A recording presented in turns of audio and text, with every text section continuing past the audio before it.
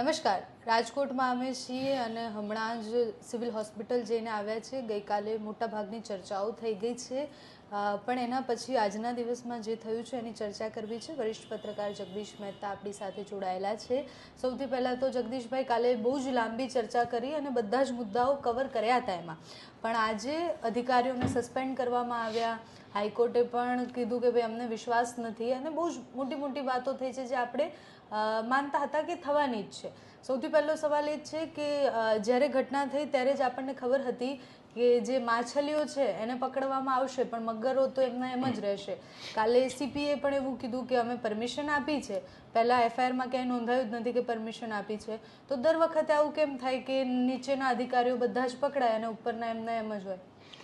બેન, એનું કારણ તો આપણે જાણીએ છીએ કે બધી મિલીભગત હોય છે અને આવું જ્યારે પાપ પીપળે ચડીને પોકારે ત્યારે હવે હમુનમું કેમ કરવું, ઢાકો ઢૂંબો કેમ કરવો, બચાવ કેમ કરવું, રક્ષણ કેમ કરવું, એના માટેની આ ઉપાધિ છે. અને એને સમય નથી મળતો એટલે એ લોકોએ આલન ફાલનમાં પણ કેટલાક સ્ટેપ્સ લેવા પડે છે. અત્યારે જે ગેમ ઝોનની આપણે વાત ચાલે છે, 3.5-4 વર્ષથી હાલતું તો બધા જ જે લોકો માર્ગ મકાન ખાતાના અધિકારીથી માંડીને ટીપી શાખાના અધિકારીથી માંડીને ફાયર બ્રિગેડના માંડીને એના જે મેઇન માણસો છે, આ અત્યારે જે સસ્પેન્ડ થયા છે એ સેકન્ડ ગ્રેડના થયા છે, આસિસ્ટન્ટ છે એ થયા છે. પણ બેઝિકલી વાત તો એ છે કે એની સર્વપ્રથમ મંજૂરીને આખરી મોહર કોણ મારે? જે તે વિભાગના વડા. અને આમાં એની સીધી સંડોવણીમાં સાબિત થઈ છે. હાઈકોર્ટે સ્વયં જ્યારે, મને લાગે ગુજરાતના ઇતિહાસમાં ભાગ્યે જ આવું બન્યું હશે એવું હાઈકોર્ટનું આજની કેફિયત છે. એણે એવું કીધું છે સુનાવણી દરમિયાન કે મને ગુજરાત સરકાર ઉપર, એટલે કે અમને સરકાર ઉપર ભરોસો નથી. તમે વિચાર કરો, અદાલત આ તો બાકાયદા ભરોસાહીન એક સરકાર થઈ ગઈ જો હાઈકોર્ટે આવું કીધું હોય તો. પણ ત્યાર પછીથીનું એક ડેવલપમેન્ટ બેન એ છે કે સીએમના બંગલે, ચંદભાઈ ભૂપેન્દ્રભાઈ પટેલના બંગલે અત્યારે હાઈ લેવલની બેઠક ચાલુ છે. ત્યાં ગૃહમંત્રી પણ ઉપસ્થિત છે ઇત્યાદિ. હાઈ લેવલ એને જ કે, પણ હાઈ લેવલ કરતાં એ બેઠક જે હોય તે એમાં નિર્ણય જો હાઈ લેવલના થાય તો ગુજરાતનો રોષ ખાળે એમ છે.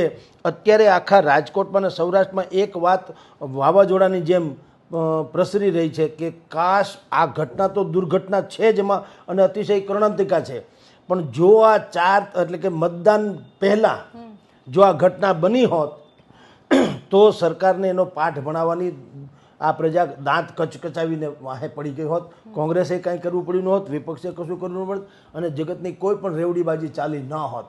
કારણ કે જે રીતે આમાં ધુપ્પલબાજી ચાલી છે બાકાયદા, 3-4 વર્ષ જેને કહેવાય નો ઓબ્જેક્શન સર્ટિફિકેટ, થોડો ઇન્સ્પેક્શન પણ નહીં, સરપ્રાઇઝ ચેકિંગ નહીં, કશું જ નહીં.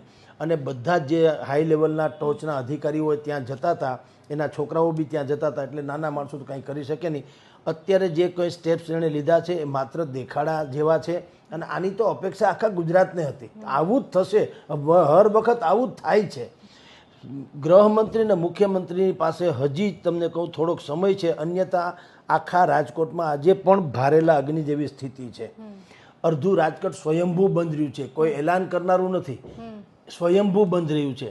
અને હજી એમાં કેટલાક પરિબળો ઉમેરાતા જશે. આવનારા દિવસોમાં જેમ ક્ષત્રિય આંદોલન પ્રજ્વલિત થયું હતું ને પછી હાહાકાર મચી ગયો, સરકાર ક્યાંયની ન રહીને પછી આનંદ ફાનંદમાં અનેક પ્રકારની માફી કરવી પડી હતી, એવી સ્થિતિનું નિર્માણ થવા જઈ રહ્યું છે આ કેસમાં. કારણ કે હજી ડીએનએ ટેસ્ટ કેટલાકના મળ્યા નથી, કોઈને સેમ્પલ્સ મળ્યા નથી. હજી બેનું દીકરીઓ માવતરો હોસ્પિટલમાં આટા મારે છે પોતાના સંતાનોની ઓળખને લાશ લેવા માટે થઈને.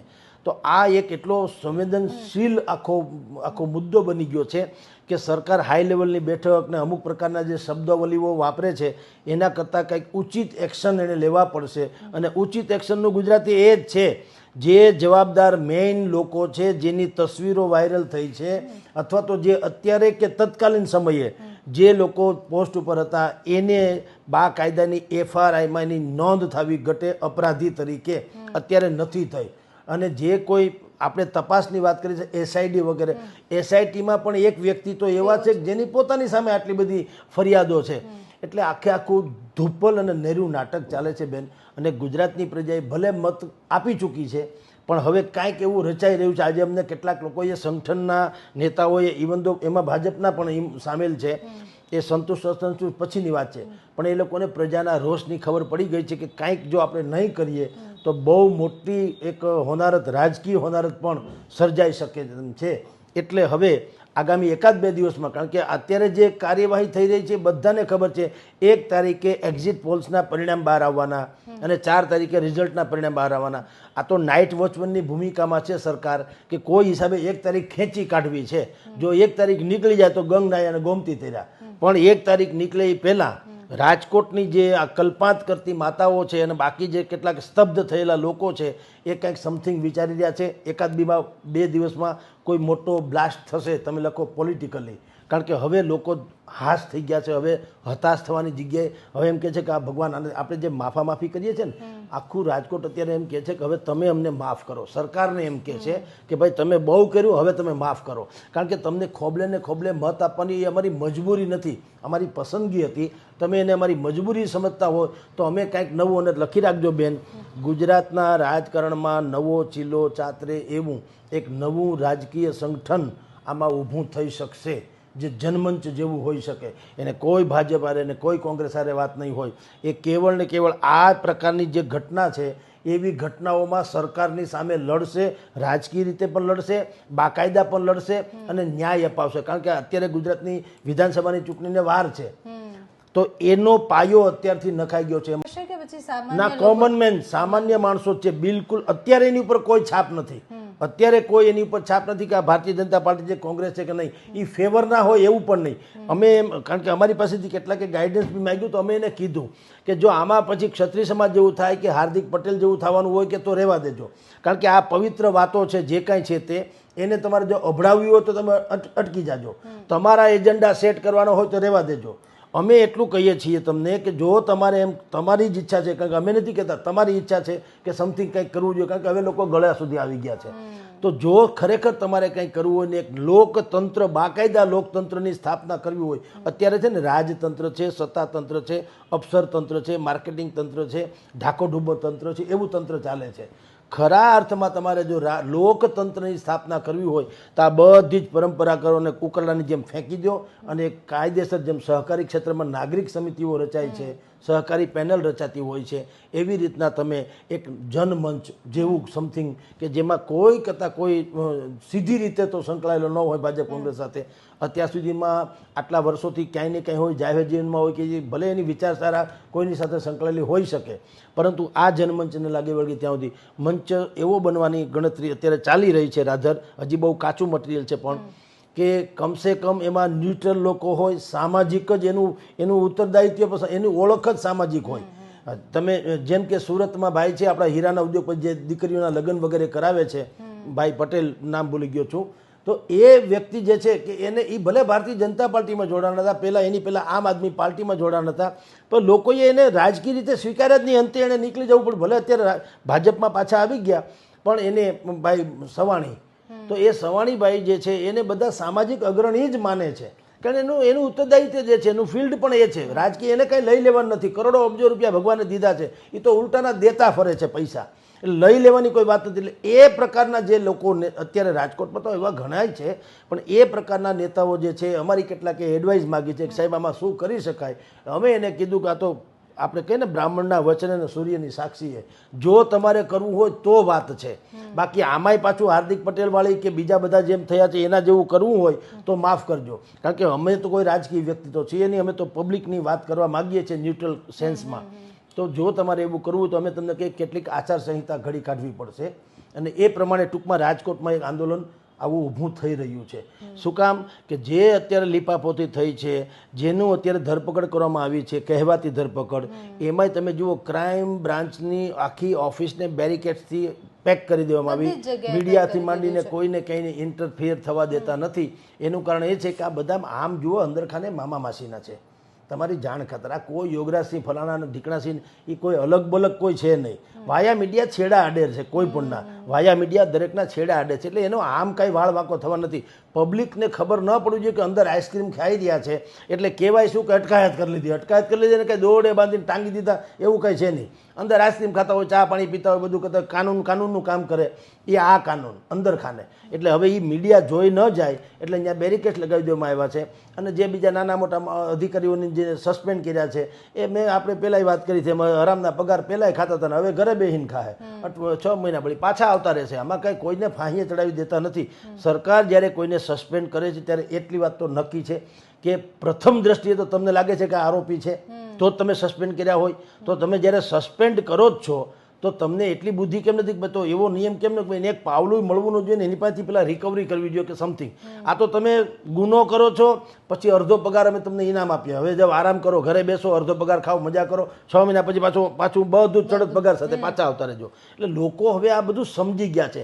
આ જે રેસીપી હતી એ કોઈને ખબર નહોતી અત્યાર સુધી. બધાને એવું કે સસ્પેન્ડ કરે. હા, બધાને એમ તો જાણે સસ્પેન્ડ એટલે તેને જાણે કે વાત થઈ ગઈ પૂરી, એને હવે સરકારી નોકરીની કાંઈ લેવા દેવાની. જો આ જનતામાં પણ અમુક શબ્દો જે છે ને એ એવા છે, એના મગજમાં એવી વાતો છે કે ઓહો ફલાણાભાઈને સસ્પેન્ડ કરી દે એટલે એને લોકો ઓહો કાઢી મૂક્યા. એટલે હવે તમે અહીંયા આવતાની લોકોનો રોષ જે છે એ સમી જાય, કાં બીજું મોટું કૌભાંડ થાય, કાં બીજો કોઈ મોટો અવસર આવે, ત્યાં સુધી તમે ઘરે હરામના પૈસા અમથાય ખાતા હતા ને અમથાય ખાઓ, વાત થઈ ગઈ પૂરી. એટલે એ સસ્પેન્સ તો કાયદેસર તારક મહેતાના ઉલટા ચશ્મા જેવું છે, ઊંધા ચશ્મા પહેરવાની વાતો છે. એટલે લોકો કહે છે ડિસમિસ કરો. યસ, તમારી પાસે તમે જ્યારે રાજ્ય સરકાર અહીં ધસી આવે છે આવડી મોટી ઘટના પછી, રાષ્ટ્રપતિથી માંડી મુખ્ય આપણે વડાપ્રધાન સુધીના લોકો જો ટ્વીટથી શોકાંજલિ પાઠવતા હોય તો આ ઘટના કેટલી ગંભીર હશે તમને ખ્યાલ આવે. અને તમે કેટલા બધા નિષ્ઠુર હશો કે આ જ ઘટનાના પગલે તમારે પાછું એમ કહેવું પડે છે કે રાજ્યભરના તમામ જેટલા જેમ કે આ બધાના ગેમ ઝોન છે બધા બંધ. એનો અર્થ શું છે? એ એકરારનામું છે કે બધે જ આવું ધૂપલ ચાલે છે. ખરેખર તો બધે ખુલ્લું રાખવું જોઈએ તો બધા સરપ્રાઇઝલી ચેકિંગ કરીને ખબર પડે ક્યાં શું પ્રોબ્લેમ છે. હવે તમે બંધ કરી દીધા, ત્યાં અંદર સામાન્ય પ્રજા તો જઈ શકે નહીં. હવે જઈ કોણ શકે? સંચાલકો ને એના મળતિયા વહીવટદારો. હવે એ બધું પાછું ભેગું કરી નાખશે, મગ ચોખા ભેળવી દેશે, આરામથી ખીચડી રાંધીને પછી કહેશે કે બધું ઓકે થઈ ગયું છે. એટલે આ આખી સરકાર જે અત્યારે ગુજરાતમાં ચાલે છે, મેં કદાચ આપને કીધું, મેં અનેક ટીવી ચેનલ્સમાં મેં કીધેલું કે તમે 6ઠ્ઠા મંત્રીનું નામ આપો, ચાલો ગૂગલમાં જોયા વગર કે મોબાઈલમાં જોયા વગર. કોઈને ખબર નથી 6ઠ્ઠો મંત્રી કોણ. 6ઠ્ઠો તો છોડો, ચોથામાં તો આપણે હાંફી જઈએ છીએ. આ એવી નિકમ્મી સરકાર અત્યારે ચાલે છે ગુજરાત રાજ્યમાં કે જેના મંત્રીના નામ ના હોય તો તેનું કામ કેવું હશે? તમે કલ્પના તો કરો. કોઈક માણસ કામ, આપણે મંત્રી છે, કોઈનું નામ, વર્ગ, જ્ઞાતિ, ફલાણું કાંઈ મતલબ નથી હોતો. અબ્દુલ કલામ ક્યાં કોઈ મુસલમાન છે એમ કહે છે? ભગવાન જેવું માને છે ને, ભલે ઓફ થઈ ગયા પણ એને કોઈ માને છે કે મુસલમાન હતા? Not at all. એના કામથી પરિચિત હતા. તો સવાલ હું પણ એ જ કહું છું કે કોઈ એવો મિનિસ્ટર છે જેના કામથી ઓળખાતો હોય, બલકે 2-3 જણા છે એની એના ફરજિયાત આપણે નોંધ લેવી પડે એમ છે. એટલે પ્રોટોકોલ પ્રમાણે એની નોંધ આવે છે. કોઈ વ્યક્તિગત રીતે સરાહતા તો છે જ નહીં, અંગત રીતે કહું તો. એટલે આખું ધૂપલ ચાલે છે. 4 તારીખ પછી પરિણામ પછી જે કાંઈ થાય તે, પણ પ્રજા હવે ખતરનાક રીતે તમને કહું તો આક્રોશિત થઈ છે અને સમથિંગ કાંઈક એવો નિર્ણય આવે એવી સંભાવના છે. પ્રજા તો આક્રોશિત થઈ છે. આપણે જે આક્રોશની વાત કરી એ માત્ર જનતામાં જ નથી, જે પરિવારજનો છે એ પણ જબરજસ્ત આક્રોશિત છે. એમનું આક્રોશ થવું એ સ્વાભાવિક પણ છે. પણ ગઈકાલે એક વ્યક્તિની બાઇટ આવી કે મારા પરિવારમાંથી 5 લોકો મિસિંગ છે અને જો આ લોકોને છોડી દેવામાં આવશે તો હું એમને પતાવી દઈશ, હું બધી જ તૈયારીઓમાં છું. તો એક સામાન્ય નાગરિકે આ હદે કેમ જવું પડે? બેન, મેં એ જ તમને વાત કરી છે કે સરકાર જે રીતે શરૂઆતમાં ક્ષત્રિય આંદોલનમાં પણ જે ભૂલ કરી હતી, અત્યારે આ કેસમાં પણ ભૂલ કરી રહી છે. ત્યારે ક્ષત્રિય આંદોલનમાં એને સંખ્યાની દ્રષ્ટિએ ઓછું આંક્યું હતું કે ગુજરાત રાજ્યની 6.5 કરોડની જનતા છે, એમાં 75 લાખ જેટલા ક્ષત્રિયો છે, શું કરી લેશે? આપણે તો 3.5-4 કરોડ તો આપણા સીધા સદસ્યો છે. દરેક વસ્તુને જેમ રૂપિયા પાયમાં નથી આંકી કે મૂલવી શકાતી, એમ દરેકને તમે આવી રીતે પણ ન આંકી શકો લોકતંત્રમાં કે આની સંખ્યા બહુ ઓછી છે. જૈનો સૌથી ઓછા છે માની લ્યો, પણ સૌથી વધુ પાવર તમે કહો તો એ કે એમ થતું હોય છે, કારણ કે દાન ધર્મ સૌથી વધુ એ કરે છે. પારસી કોમ જે છે એ તો હાવ ખતમ થવાના આરે છે આમ તમે જુઓ તો. પણ ટાટા બિરલા છે, આપણે સમજીએ ટાટા છે, આપણું ગૌરવ છે. તો કેટલીક વસ્તુ એવી હોય છે કે તમે એને કોઈ અમુક એક એંગલ તમારી ફૂટપટ્ટીથી ટૂંકમાં માપવું ન જોઈએ. આ કેસમાં પણ એમ લાગે છે કે હવે મતદાન તો થઈ ગયું છે, તો હવે શું થઈ શકશે? ચાલો, કોઈ માણસ એવું તો એમ માનતા જ નથી કે પ્રજાનો રોષ જનરલ ગદ્દાફીને જેમ તમે જુઓ લિબિયાનો તાનાશાહ હતો એને એમ હતું, એની સામે છીક ખાવી પણ અપરાધ ગણાતો હતો. અને સમય આ જ લોકતંત્ર જેવું તમને કહું તો પ્રજા જ્યારે વિફરે ત્યારે શું થાય? ગટરના નાળચામાંથી એના વાળ ખેંચીને બહાર કાઢીને એની ગોલ્ડન રિવોલ્વર તેને શૂટ કરી દીધો. એ આપણી પેઢીએ જોયેલી વાતો છે, તમે મેં નજરે જોયેલી. તો પ્રજા જ્યારે વિફરે ત્યારે આવું થાય છે. મતદાન ભલે થઈ ગયું હોય, મતદાનમાંથી તમે બધા 26માંથી 26 બેઠક ભલે જીતી બી જાઓ કદાચ, એટલું લખી રાખે આ રાજ્ય સરકાર કે આ કેસમાં તમને કહું છું, આ છેલ્લો કેસ છે આ પ્રકારનો, પ્રજાની ટેસ્ટનો આ લાસ્ટ કેસ છે બેન, સમજી રાખો. હવે પછી કોઈ રાહ જોવા માગતું જ નથી. અનેકો જોઈ તક્ષશિલાથી માંડીને વાયા અમદાવાદ વડોદરા થઈને મોરબી સુધી પહોંચ્યા હતા તમામે તમામમાં અત્યાર સુધીમાં 3107 જેટલી આવી કાંડ બન્યા છે ને એમાં 3500 લોકોએ જીવ ગુમાવ્યા છે. કોઈનો વાળ વાંકો થયો નથી. તો પ્રજા હવે હદ થઈ ગઈ છે. આ કેસથી માંડીને કહું છું, દરેક કેસ એવો ખતરનાક હતો, પણ એકાદું માણસ સમજે કે એકાદ કેસમાં સમજે કે ભાઈ ભૂલ થઈ ગઈ, હશે. અને સરકાર જે રીતે જાહેરાતો કરતી હતી ઊંચી તો એમ લાગતું હતું કે નક્કી કંઈક પગલાં ભરવા માગશે કે પગલાં ભરશે, પરંતુ આપણે બધા જોઈએ છે દર વખત લીપાપોથી સિવાય કશું થતું નથી. અને સરકાર જે છે ઢાકા ઢંબાસ હોય કંઈ આ એસઆઈટી નિમિત્ત તો મેં આપને પહેલાં કીધું તેમ એસઆઈટી પણ બધું મારા મામા માસીના છે. એમાં એક ભાઈ છે પોતાની સામે જ એસઆઈટી નિમવી પડે એવો તો એક પોતે દાગદાર છે. એટલે આ બધા મિલી ભગત છે, કાંઈ ખતર નથી. સરકાર નિકમ્મી ને નિષ્ઠુર એટલી હદે થઈ ગઈ છે એને એમ લાગે છે કે પ્રજા જશે ક્યાં, નિર્વિકલ્પે પણ તમારે મને ચૂંટવો પડશે એવી એટલી બધી હદે આ સરકાર જે છે એ તાનાશાહી રીતે વર્તી રહી છે. એ વાત જે છે એવી પ્રજામાં કેન્સરની જેમ પ્રસરી ગઈ છે બેન. એટલે આ કેસમાં ભલે તમે જેને જે કરો તે કદાચ તમે 6 મહિના પછી પાછા લઈ બી લ્યો, મને એ વાતના એંધાણ દેખાય છે. જે રીતે અમારી પાસે આજે બધા જ લોકોના ફોન આવ્યા હતા અને જે રીતે રંધાઈ રહ્યું છે એ રીતે મને એમ લાગે છે આવનારા દિવસોમાં અહીંના જે ધારાસભ્યો છે રાજકોટ આપણે ભારતીય જનતા પાર્ટીના અને જે સંસદ સભ્યો છે એણે એના ગામમાં આવવું કે એના મત વિસ્તારમાં આવવું જરાક અઘરું થઈ પડશે. લખી રાખો સાહેબ, એટલી હદે લોકો આક્રોશિત થયા છે ને એટલી હદે એને પડકાર એનો સામનો કરવો પડશે. આટલી હદે તૈયારીઓ ધીરે ધીરે થઈ રહી છે. 1-2 દિવસમાં એ બધું જ બહાર આવવાનું છે. અચ્છા, 2 પ્રશ્ન એક સાથે જ પૂછી લઉં છું. છેલ્લો પ્રશ્ન છે એટલે કે કમિશનરે કાલે જે નિવેદન આપ્યું એ નિવેદન ખૂબ અલગ હતું એફઆઈઆરથી, એટલે એ નિવેદન પર વાત કરવી છે. અને બીજું પોલીસનું વર્તન, પોલીસ રાજકોટની પોલીસ આવી જ છે ખરેખર કે પછી અત્યારે પ્રેશર છે એટલે આ ટાઈપનું વર્તન કરે છે? કારણ કે હું 2 દિવસથી સતત જોઉં છું કે પરિવારજનો રજડી રહ્યા છે, સવાલો પૂછે છે તો જવાબ નથી હોતા, મીડિયાવાળાને ક્યાંય જવા નથી દેવું. જુઓ, અહીંની પોલીસ પણ જે છે રાજકોટની એ પણ ભારતીય જનતા પાર્ટીની ખાખી સેલ હોય ને એવી છે. પોલીસ ન્યુટ્રલ હોવી જોઈએ, વકીલ ન્યુટ્રલ હોવા જોઈએ, પત્રકાર ન્યુટ્રલ હોવા જોઈએ, કથાકાર ન્યુટ્રલ હોવા જોઈએ, શિક્ષક ન્યુટ્રલ હોવા જોઈએ. એનો કોઈ પક્ષ ન હોઈ શકે. પોલીસ ઠીક છે, બાકી બધું આપણે જાણતા હોઈએ કે તમે મિનિસ્ટર આવે તો તમે એને હેલો હાય કરો, સેલ્યુટ કરો, પ્રોટોકોલ મુજબ કાંઈ વાંધો નથી, પણ તમે પ્રજાના સેવક તો છો જ. આ વસ્તુ તમારો પગાર પ્રજાના પગારમાં, અમારા પૈસામાંથી તમારો પગાર થાય છે. આ સરકાર આજ છે ને કાલ નથી. તમારી નોકરી તો અત્યારે તો અબાધિત છે જ કમસે કમ. તો અને કેટલાક પ્રેશર હોઈ શકે, કેટલીક ઓળખાણ પીછાણ, કેટલીક દબાણ, કેટલીક લાગવગ, બધી વાતો હોઈ શકે, પણ માનવતા નામે કોઈ ચીજ છે કે નહીં ભગવાન? તમે પહેલાં જન્મા ત્યારે પોલીસ હતા કે માણસ હતા? ખાખી વર્દી તો પછી આવી ને તમારામાં. હું પહેલાં પત્રકાર નહોતો, પહેલાં હું માણસ થયો, પછી હું બ્રાહ્મણ થયો. હું તો હજી એમ કહું છું કે સૌથી પહેલાં હું ભારતીય બન્યો, પછી હું બ્રાહ્મણ બન્યો, પછી પત્રકાર બન્યો.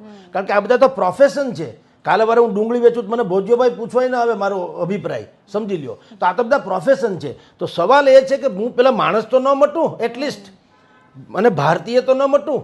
તો આ સવાલ ખાખી વર્દીને હું કહી રહ્યો છું રાજકોટની, એને દર વખત આ જ પ્રોબ્લેમ થાય છે. જે સરકાર આવે એને અછોવાના કરી રહ્યા છે. સરકારને જે કામ સામાજિક સંસ્થાએ કરવું એ કામ આ દોડે છે ને વોકિંગ કરાવે છે ને જાગૃતિ માટે સાયકલ યાત્રા કાઢે છે ને લીલા પીળા તમે જુઓ તો માંડવા નાખે છે. એટલે ભલામણ એવું તો અમારી પાસે હજારો સંસ્થા છે. તમે કાયદો ને વ્યવસ્થાને શ્રેષ્ઠ બનાવો, બીજું કાંઈ તમારે જોતું નથી. તમે આ ઠમક કરતા નીકળો એ તમારે અહીંયા આવ્યા. દાદાગીરીને ચરબી સામાન્ય માણસ સામે જ કેમ? એટલા માટે સાહેબ કે જેટલું કુંડાળું વળેલું છે, હું તમને કહું ધર્મસત્તા એક શ્રદ્ધા હતી બધાને, તો એ હવે ભેળું થઈ ગયું છે. એટલે ધર્મસત્તાથી માંડી, રાજસત્તાથી માંડીને વહીવટી સત્તા, આ બધાય ચંડાળ ચોટકડીઓની આખી એક આભા મંડળ રચાઈ ગયું છે. હવે ખાલી બચ્યા છે એ ન્યુટ્રલ લોકો બચ્યા છે, સામાન્ય માણસ કે જેને કાંઈ કરી શકે એમને, જેમ કે જેના દીકરા દીકરીઓ કે જેના સંતાનો અત્યારે આમાં હોમાઈ ગયા છે. અત્યારે મેં તમને કીધું તેમ એ કોમન પીપલ છે બિચારા, એનો કોઈ હાથ પકડે એવું હાલ તુરત છે નહીં. કારણ કે જેની સામે શિકાયત છે એ તો બધાની ચંડાળ ટોકળી છે, એનું તો કોઈ કંઈ કરી શકે એમ નથી. એટલે this time is coming sir. હવે એવું આવી રહ્યું છે, સમય એ પ્રકારનો આવી રહ્યો છે કે આ બધા લોકોમાં હવે એક મનોમંથન કે આપણે બધા જેને 3 ટર્મથી ચૂંટી રહ્યા છે, આપણી ભૂલ તો નથી કરી રહ્યા ને, અથવા તો લોકો આપણને મૂર્ખ તો નથી માનતા ને, અથવા તો એમ નથી માનતા ને તમે એમને મત નહીં આપો તો ક્યાં જશો? કારણ કે વિપક્ષ નામે કોઈ છે જ નહીં. જો વિપક્ષ નામે કોંગ્રેસ નથી, જનતા છે, જનતાની વિચારધારા છે, જનતા પાસે બુદ્ધિ છે, જનતા પાસે સક્ષમ છે, પ્રજામાં લોકતંત્રમાં હાઈકમાન્ડ, જેમ નરેન્દ્રભાઈ કહે છે ને શંકરસિંહ વાઘેલા કે પ્રજા જ મારી હાઈકમાન્ડ છે, તો લોકતંત્રમાં પ્રજા જ હાઈકમાન્ડ હોય. મેં આપને હમણાં જ કીધું કે લિબિયાનો તાનાશાહ જેમ માનતો હતો કે એની અમે છીક ખાવી અપરાધ છે, ગટરના નાળચામાંથી કાઢીને એને એની ગોલ્ડન રિવોલ્વરથી શૂટ કરી દીધો આજ સામાન્ય પ્રજાએ. તો આવું બધું સંભવ છે. આ રાજ્ય સરકારે 4 તારીખ, અત્યારે રાજ્ય સરકાર ચૂંટણીના પરિણામોને એક્ઝિટ પોલ ઉપર જ ફોકસ કરી રહી છે, મિટિંગ એસી ચેમ્બરમાં કરી રહી છે. કોઈ માણસ અત્યારે આ જે મૃતકો અવસાન પામ્યા છે એના ઘરના એક એક મોભીને, કારણ કે એ તો તમારા પાપે મર્યા છે, તો કોઈ એને સરકારી નોકરી, એને અમુક પ્રકારથી મોટી રાહત, હાલો જે જનાર છે એ પાછું નથી આવતું, પણ બાકી એને હાદસામાં સાંત્વના મળે એવું તો તમે કરી શકો, એવી કોઈ જાહેરાત નથી કરતા. સૌથી લોએસ્ટ ભાવ છે ગુજરાતનો 4 લાખ રૂપિયા લાશનો. દિલ્હીમાં 10 લાખ છે અને પંજાબમાં 10 લાખ છે, મહારાષ્ટ્રમાં 7-8 લાખ રૂપિયા છે. અને આમ તમે જુઓ તો આ તો બોલવું બહુ ખરાબ કહેવાય કે લાશોના કંઈ ભાવ હોઈ શકે. મળદા દીઠ તમે પૈસા આપી દો. એટલે અમારા રામભાઈ મોકરિયા સંસદ સભ્ય, ભારતીય જનતા પાર્ટીના સંસદ સભ્ય છે, એણે ગઈકાલે કલેક્ટરને કીધું કે હું 5 કરોડ રૂપિયા આપું, લ્યો તમારા છોકરાને નાખી દો આમાં, લ્યો નાખો તમારા છોકરાને, લાવો હું 5 કરોડ રૂપિયા આપું. શું વાત કરો છો કે તમે પૈસાના ત્રાજવે તોડો છો તમે જનતાને? આ લોકોને આવું માનો છો? તમારા જીવતા માણસની કોઈ વેલ્યુ નથી? માનવ અધિકાર આખા વિશ્વમાં સૌથી મૂલ્યવાન કોઈ જો સંસ્થા હોય તો માનવ અધિકાર છે. અમેરિકામાં એમ કે છે કે અપરાધીના પણ એક અધિકાર છે, ત્યાં સુધી લોકો માને છે. અહીંયા માલ્યા શું કામ નથી આવતા? આપણા કરોડો રૂપિયા ખાઈને વયા ગયા છે, તો માલ્યાને જ્યારે અહીંયા લોકાર્પણ પાછું એને અહીંયા પ્રત્યાર્પણ કરવાનો વારો આવ્યો તો અમેરિકાથી 2 લોકો ચાર્ટર્ડ પ્લેનમાં આવ્યા હતા અહીંયા તપાસ કરો, તમારી જેલની તપાસ કરવા. વેન્ટિલેશન બરાબર છે, એસી છે, ગાડી છે, ફલાણું છે, ઢીકણું છે, ટીવી છે, પંખો છે, લાઇટ છે, છાપું મળે છે, સોફા છે. એટલે ભાઈ આ તો કંઈ આરોપી છે કે જમાઈ છે? તો એ એટલા માટે છે કે એ લોકો માને છે કે માનવ અધિકાર નામનું એક તત્વ છે કે માણસને જ્યાં સુધી એ ગુનેગાર સાબિત ન થાય અને કાયદાકીય રીતે એને જે કોઈ સજા ન થાય ત્યાં સુધી પૂર્ણપણે માનવ છે. તો માનવને એના અધિકાર મળવા જેવું અમેરિકા સહિતની દુનિયાભરની લોકતંત્ર જેવો એ માને છે. તો અહીંયા તમે વિચાર તો કરો સાહેબ કે આ સ્થિતિનું નિર્માણ થયા છે. તમે માનવતાના નામે 4 લાખની જે સિસ્ટમ છે કે ભાઈ 4 લાખ રૂપિયા એક મળદા દીઠ દઈ દેવા, વોટ નોનસેન્સ. તમને એ ન ખબર પડે કે આ તમારા પાપે બધું થયું છે. હું તો એમ કહું 4 કરોડ રૂપિયા આપો અને આ પાપી લોકો પાસેથી વસૂલ કરો. જેણે અત્યાર સુધી આ 4 વર્ષથી ધુપ્પલ નરું ચલાવ્યું અને આટલા કરોડો રૂપિયા બનાવી લીધા, તો એ ચાલુ ફંક્શન પર બિયરના ટીનને નથી મળ્યા, એ શું છે? દારૂ મહેફિલો કરે, મજા કરે. તો આ જે તાગડ ધીરના કરનાર છે એની પાસેથી પૈસા વસૂલ કરો. જે અધિકારીઓ આંખ આડા કાન ધૂતરાષ્ટ્રની જેમ ગાંધારીની જેમ પટ્ટા બાંધીને બેઠા હતા એની પાસેથી વસૂલ કરાવો, એના કપડાં ઉતારી લ્યો, એને જેલમાં નાખી દો, એને એફઆઈઆર નોંધાવો, ડિસમિસ કરો ગદ્દાવને. તમે એક વખત જો આવું કંઈક સાબિત કરશો ને, એક દાખલો બેસાડશો, હર્ષ સંઘવીથી માંડી અને ભાઈ ભૂપેન્દ્રભાઈ પટેલને કહું છું, એકાદ વખત જો આવો તમે દાખલો બેસાડશો તો એનાથી સર્વાંગી જે છે એ શુભ બધાનું થવાનું છે. પ્રજાને ખબર પડવાની છે કે ના આવો કાયદો છે. બીજું અધિકારી વર્ગ જે હરામ પેટ જેને છે એ લોકોને ખબર પડશે કે હવે આવું લાલિયાવાડી નહીં ચાલે. તો આવું બધું કંઈક કડક પગલાં લેવા જોઈએ. બાકી અત્યારે જે થઈ રહ્યું છે નરે નરી રાક્ષસી બહુમતીના આધારે પ્રજા ઉપર જુલમ કરતી સરકાર છે અને પ્રજા સહન કરી રહી છે. બેન, thank you so much Jagdishbhai. Thank you.